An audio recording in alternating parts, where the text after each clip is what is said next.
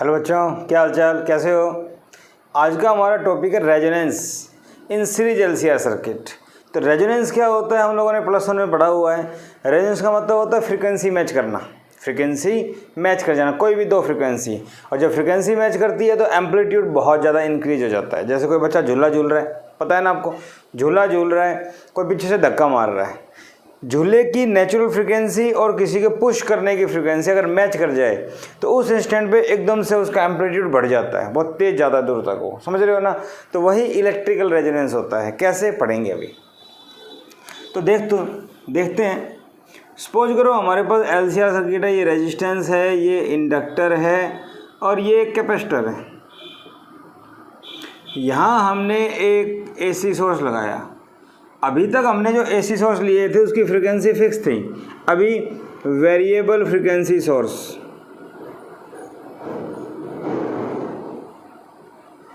बात समझ में आ गई। तो यहाँ पे फॉर्मूला क्या बनेगा, V = Vm sin omega T. यहाँ ओमेगा क्या है, वेरिएबल, बात समझ में आ गई, वेरिएबल फ्रीक्वेंसी सोर्स। ठीक है भाई, वही बातें करंट तीनों में सेम रहेगा क्योंकि तीनों सीरीज में हैं। यहाँ पे करंट, कैपेसिटर में करंट लीड करता है तो वोल्टेज डाउन आ जाएगी, इंडक्टर में वोल्टेज लीड करती है और यहाँ दोनों सेम फेज में होते हैं। ये सारी बातें हमें पता है, ठीक है। अब हम मान के चलते हैं जब रेजोनेंस होगा तो क्या होगा। सपोज करो, समझाने के लिए बताता हूँ मैं, ठीक है। आपको पता है VL और VC एक दूसरे के साथ 180 आउट ऑफ फेज होते हैं। ये VC है तो ये VL है, याद आ रहा है, अपने पीछे पड़ा हुआ है। 180 आउट ऑफ फेज, दोनों में फेज डिफरेंस 180। और अगर ये ऐसे है तो मैं इसको ऐसे लिख सकता हूँ कि दोनों अपोजिट हैं, ये XL और ये XC, दोनों अपोजिट है। अपोजिट है तो हमें नेट निकालना है, ठीक है। तो हमारा मकसद क्या है, XL - XC, अपोजिट है दोनों, ठीक है। तो देखो हमारे पास फॉर्मूला, ये सिर्फ मैंने समझाने के लिए बताया है, ठीक है ना, समझाने के लिए। अदरवाइज हमारे पास फॉर्मूला होता है, देखो, सिंस किसका फॉर्मूला होता है, इम्पीडेंस। इम्पीडेंस होता है Z = R² + XL - XC का होल स्क्वायर होता है, ठीक है। इसको मैं और क्या लिख सकता हूँ, R² + ω/L - 1/ωc का होल स्क्वायर, ठीक है। वेरिएबल फ्रीक्वेंसी सोर्स है। मान लीजिए मैं फ्रीक्वेंसी को वेरी लो से इंक्रीज करता हूँ।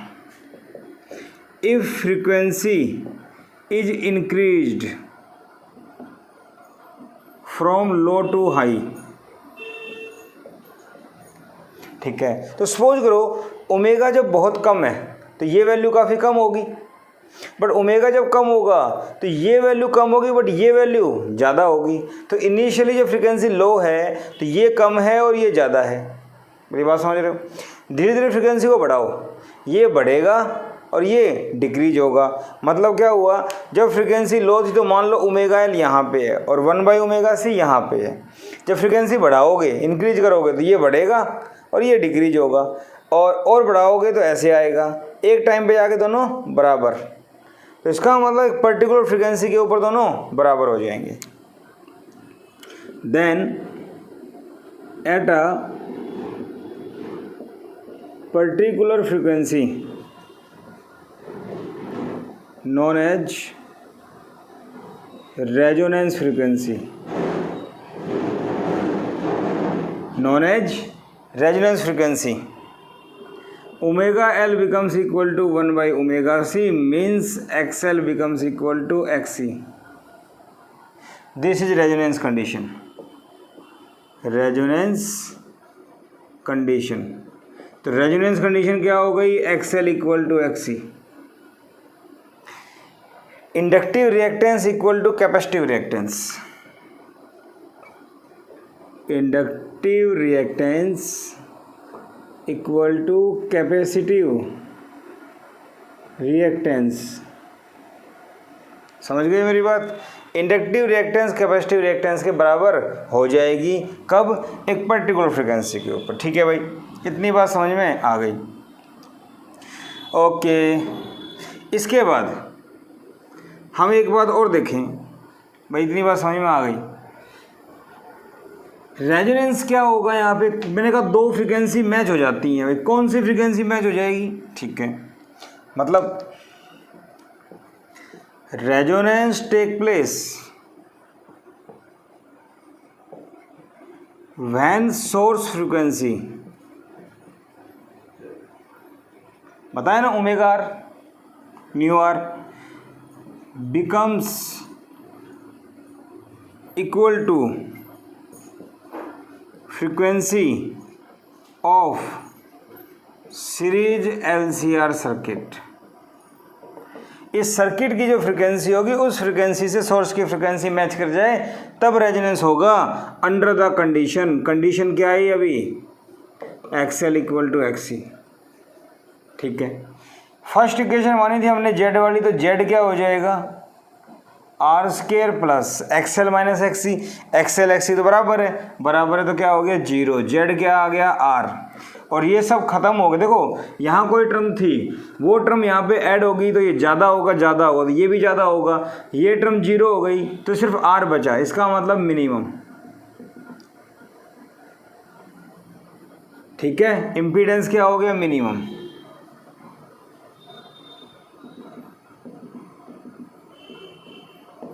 और इम्पीडेंस मिनिमम है तो करंट मैक्सिमम। क्या बात समझ में आई, इम्पीडेंस मिनिमम है तो करंट मैक्सिमम। करंट कितना होगा, V RMS, समझते हो ना, I RMS तो V RMS बटे में जेड, जेड किसके बराबर है, R के बराबर, क्लियर। तो जब रेजोनेंस हो तो जेड R के बराबर होता है, LCR तीनों गिवन होंगे। लेकिन अगर आपसे कोई पूछे कि भाई यहाँ पे रेजोनेंस हो गया तो जेड R के बराबर होगा, ठीक है, और करंट मैक्सिमम होगा, ठीक है। जेड मिनिमम करंट मैक्सिमम, क्या ये बातें ध्यान रहेंगी, ठीक है। Z minimum current maximum current का फॉर्मूला क्या आएगा, ये क्या, इतनी बातें समझ में आ गई, ठीक है।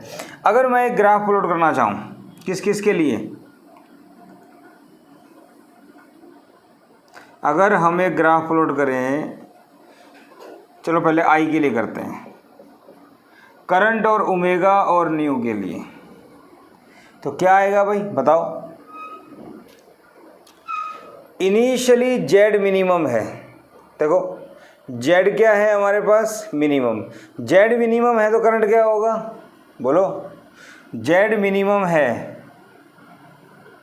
ठीक है। तो हमारे पास ये जो ग्राफ आएगा आई और आर के लिए, आई और ओमेगा के लिए, ये ग्राफ किस टाइप से आना चाहिए, देखो हमारे पास ये ग्राफ इस टाइप से आता है, यहाँ पे मैं ओमेगा कर देता हूँ और ये यहाँ से ऐसे हो जाता है, इसका मतलब इन्फिनिटी पे जाके 0 होगा, समझ रहे हो ना। तो जब फ्रीक्वेंसी 0 है तो करंट भी 0 है, फ्रीक्वेंसी 0 है तो करंट भी 0 है। उसके बाद एक पर्टिकुलर फ्रीक्वेंसी के ऊपर करंट मैक्सिमम होता है, इसको बोलते हैं ओमेगा आर। और ये फ्रीक्वेंसी कब आती है, जब XL और XC बराबर होते हैं। अब ये फ्रीक्वेंसी हमें फाइंड आउट करनी है, हम अभी करेंगे, लेकिन एक चीज़ समझ में आ गई, जब रेजोनेंस होगा तो करंट मैक्सिमम होगा, I मैक्स एट रेजोनेंस, ठीक है। और जब ओमेगा 0 है तो I भी 0 है, बोलो, ठीक है। क्यों, ओमेगा 0 कर लो जेड के अंदर, जेड का फॉर्मूला क्या था आपके पास, R square plus omega L minus 1 by omega C का होल स्केयर, याद आ रहा है कुछ। ओमेगा 0 करो, इन्फिनिटी में कुछ भी ऐड करो, जेड इन्फिनिटी, और जेड जब इन्फिनिटी होता है तो करंट 0। अरे हाँ या ना, चेक करना चाहो तो कर लो, टेंशन नहीं है, अच्छे से समझिए इसको। जेड का फॉर्मूला क्या है, R square plus XL minus XC का होल स्केयर, क्लियर। कोई भी ग्राफ प्लॉट करते हैं उसमें नीचे का जो वेरिएबल होता है उसको एक बार 0 एक बार इन्फिनिटी। तो जब ओमेगा 0 है, तो ओमेगा जब 0 है तो ये क्या होता है बेटा, ओमेगा एल, ये क्या होता है 1 बाई ओमेगा सी। तो ये जब 0 होगा तो 1 बाई 0 इन्फिनिटी में कुछ भी ऐड करो इन्फिनिटी, तो जेड इन्फिनिटी तो करंट 0 आ गया, ठीक है। अगर ओमेगा इन्फिनिटी है तो जेड क्या आया, ओमेगा इन्फिनिटी तो सारा इन्फिनिटी, तो भी जी इन्फिनिटी, करंट जीरो।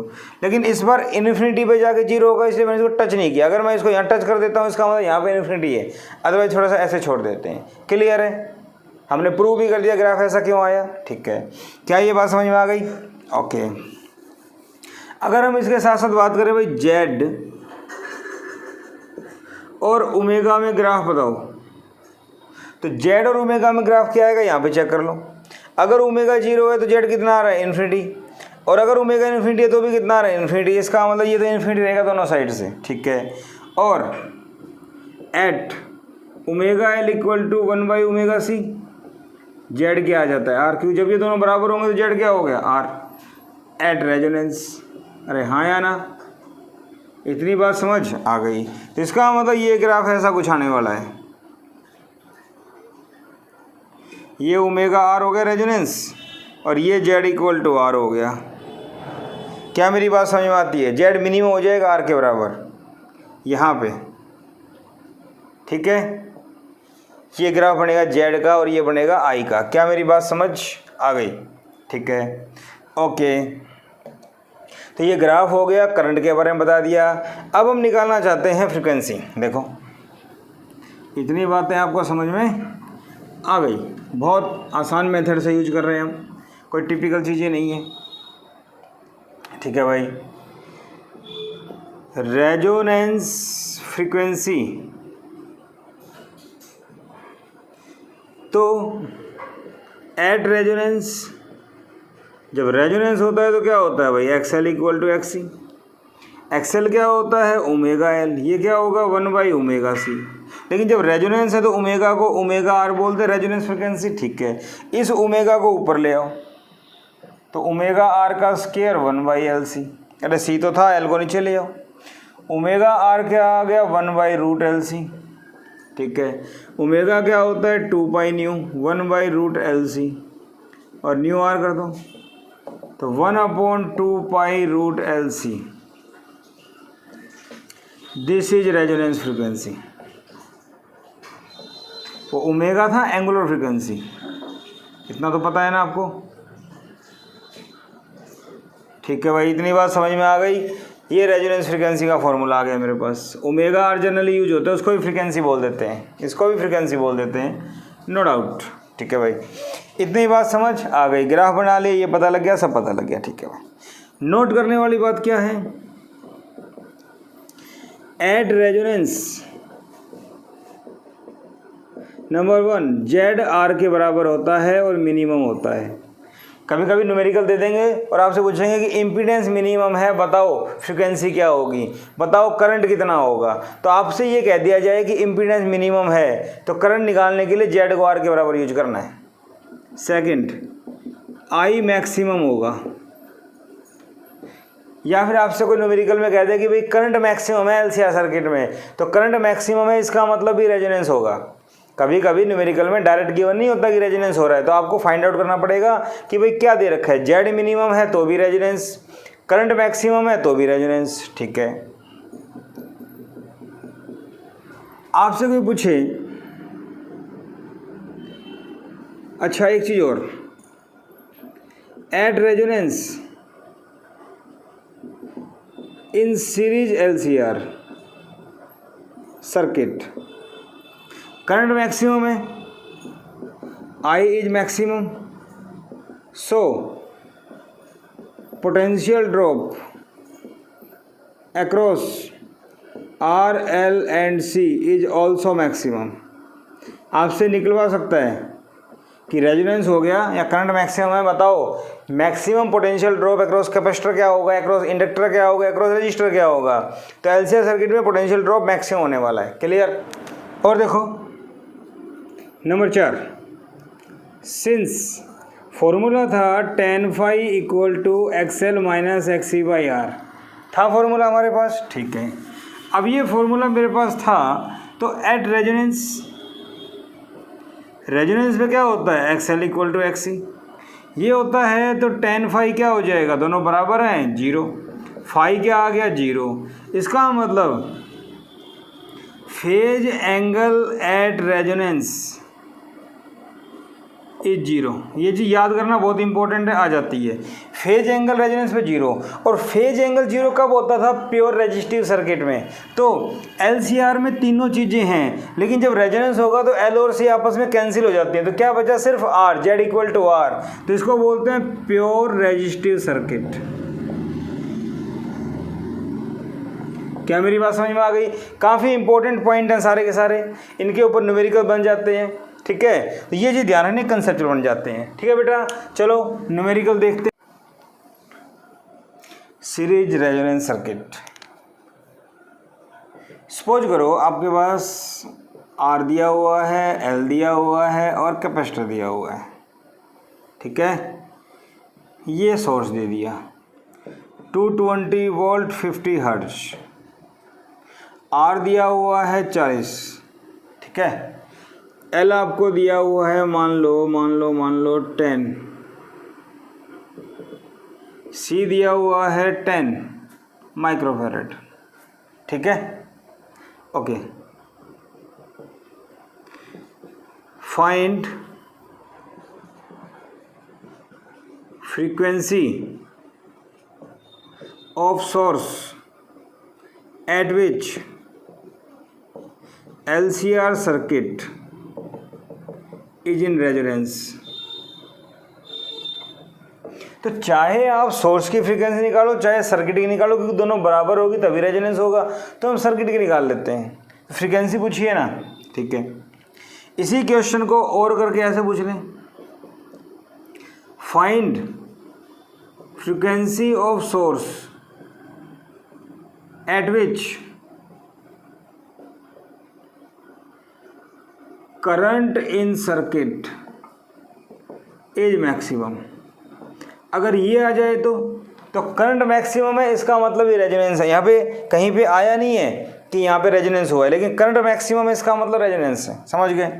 तो फ्रीक्वेंसी का फॉर्मूला क्या हुआ? Omega R equal to 1/√LC। अब आपके पास चार ऑप्शन आएंगे, आपको चेक करना है कि वो 2 पाई की टर्म में ऐसे, जनरली ऐसे होता है, ठीक है। यूनिट आ जाए तो बहुत अच्छा समझ में आ जाएगा, रेडियन पर सेकेंड। तो 1/√LC, L कितना है 10, C कितना है 10, माइक्रो का मतलब -6, तो 10 10 100 का रूट कितना होता है 10, 10 की पावर -6 का रूट क्या होता है -3, -3 कहाँ चला जाएगा? ऊपर, प्लस का 3। बात समझ में आई?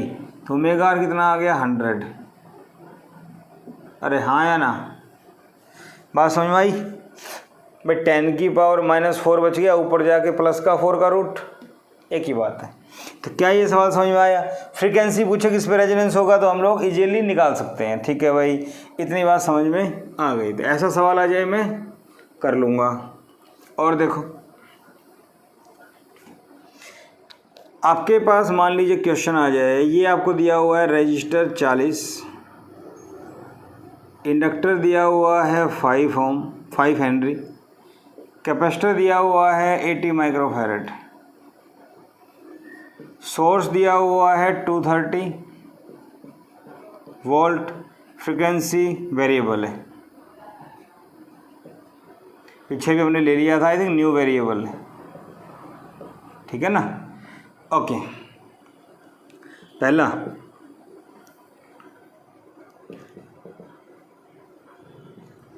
At what frequency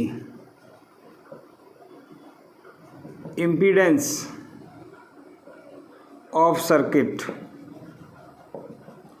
is minimum, पहला क्वेश्चन। सेकंड आपसे पूछ लें फाइंड इम्पीडेंस, तीसरा पूछ लें फाइंड मैक्सिमम करंट या फिर RMS करंट, चलो मैक्सिमम करंट। चौथा आपसे पूछ लें maximum potential drop across C। तीनों में से किसी का पूछ सकते हैं, R का, L का, C का। मैंने एक पूछ लिया, C का बताओ बस। तो फर्स्ट पार्ट में क्या होगा? फ्रीक्वेंसी पूछिए। तो इम्पीडेंस मिनिमम का मतलब रेजोनेंस, इम्पीडेंस मिनिमम का मतलब रेजोनेंस, तो रेजोनेंस करना है। तो omega R equal to 1/√LC। L कितना है 5, ये कितना है 80 माइक्रो 10 की पावर -6, तो ओमेगा आर कितना हो गया 80, 85 जो 400, तो ये आ गया 20, 10⁻⁻6 का रूट -3, ऊपर जाके प्लस का 3, कितना आ गया 50 रेडियन पर सेकेंड, ओमेगा आ गया। ठीक है, न्यू निकालना चाहो तो निकाल सकते हो, 2 पाई न्यू 50, तो न्यू आर कितना आ जाएगा 50/2 पाई, कोई दिक्कत नहीं है। सेकेंड पार्ट इम्पीडेंस, तो जब रेजोनेंस होता है तो इम्पीडेंस जेड आर के बराबर होता है, आर कितना है 40, ख़त्म।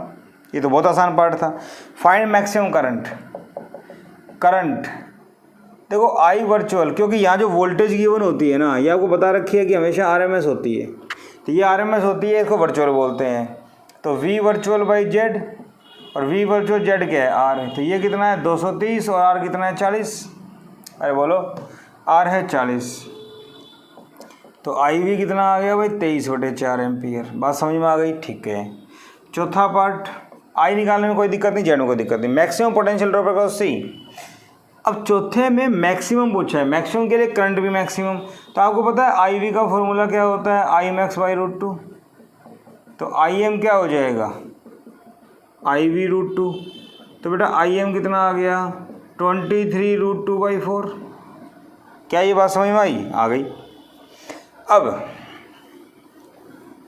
यहाँ अगर देखें आई एम आ गया, वी सी की मैक्सिमम वैल्यू क्या होगी,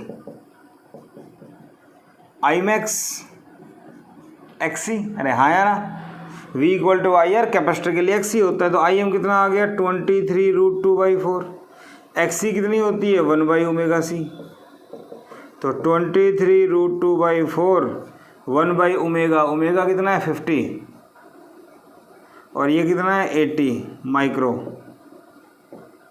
क्या मेरी बात समझ में आ गई? ठीक है, सॉल्व कर लो इसको। तो यहाँ से देखा जाए तो VC कितना आ गया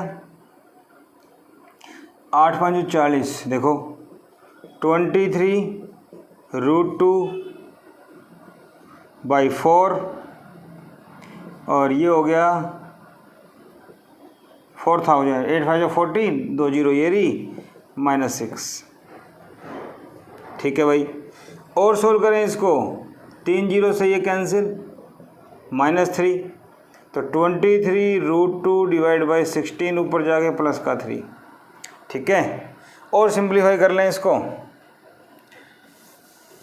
और सिंप्लीफाई करते हैं तो बेटा VC आ जाएगा मेरे पास 23√2 क्या होता है 1.414 होता है, 10⁻³ इतनी बात समझ में आ गई? ठीक है, तो 4 × 16 4 × 6 = 24 होता है, नियरली 5.8 मान लो इसको। ठीक है, 4 × 3 = 12, 2 ये मान लेते हैं, इसको सिंप्लीफाई करेंगे बटे में 3 0, तो ये 3 से पॉइंट कैंसिल, तो VC आ गया 58 × 35, जो भी आएगा सोल्व कर लो इसको। समझ में आ गई बात? तो पोटेंशियल ड्रॉप हम इस टाइप से निकाल सकते हैं। आई थिंक बात समझ में आ गई होगी, तो हम लोग ऐसे कर सकते हैं सॉल्व। ठीक है भाई, तो मेन कंसेप्ट क्या है, जेड आर के बराबर होता है रेजोनेंस में, रेजोनेंस गिवन ना हो तो मैक्सिमम करंट या मिनिमम इम्पीडेंस होगा, जेड आर के बराबर होता है, आई होता है V/R, इसी टाइप से जो निकालना है वो हम निकाल सकते हैं। हाँ, सीरीज LCR सर्किट में जब रेजोनेंस होगा उस time potential drop across RLC maximum होगा, ध्यान रखना है इसका। जनरली पेपर में पूछे मैक्सिमम बताओ तो आप कन्फ्यूज हो जाओ, यार क्या करूँ मैं, तो वो कोई बात नहीं है, आप सोल्व कर सकते हो इसको। क्लियर है? मेरी बात समझ में आ गई? ठीक है, तो इस टाइप से हम लोग इसको सॉल्व कर सकते हैं। ओके, तो और देखो,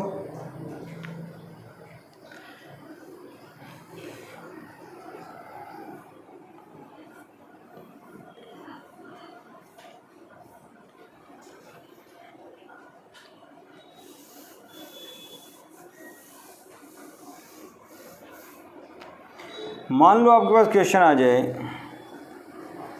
ये R है, ये L है और ये C है, ये आपके पास वोल्टेज दे रखी है, 200 वोल्ट न्यू वेरिएबल, कुछ भी, ठीक है, इतना आ जाए। अब आपसे कोई पूछे फाइंड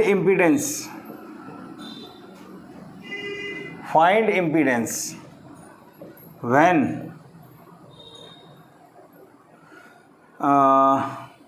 करंट इन सर्किट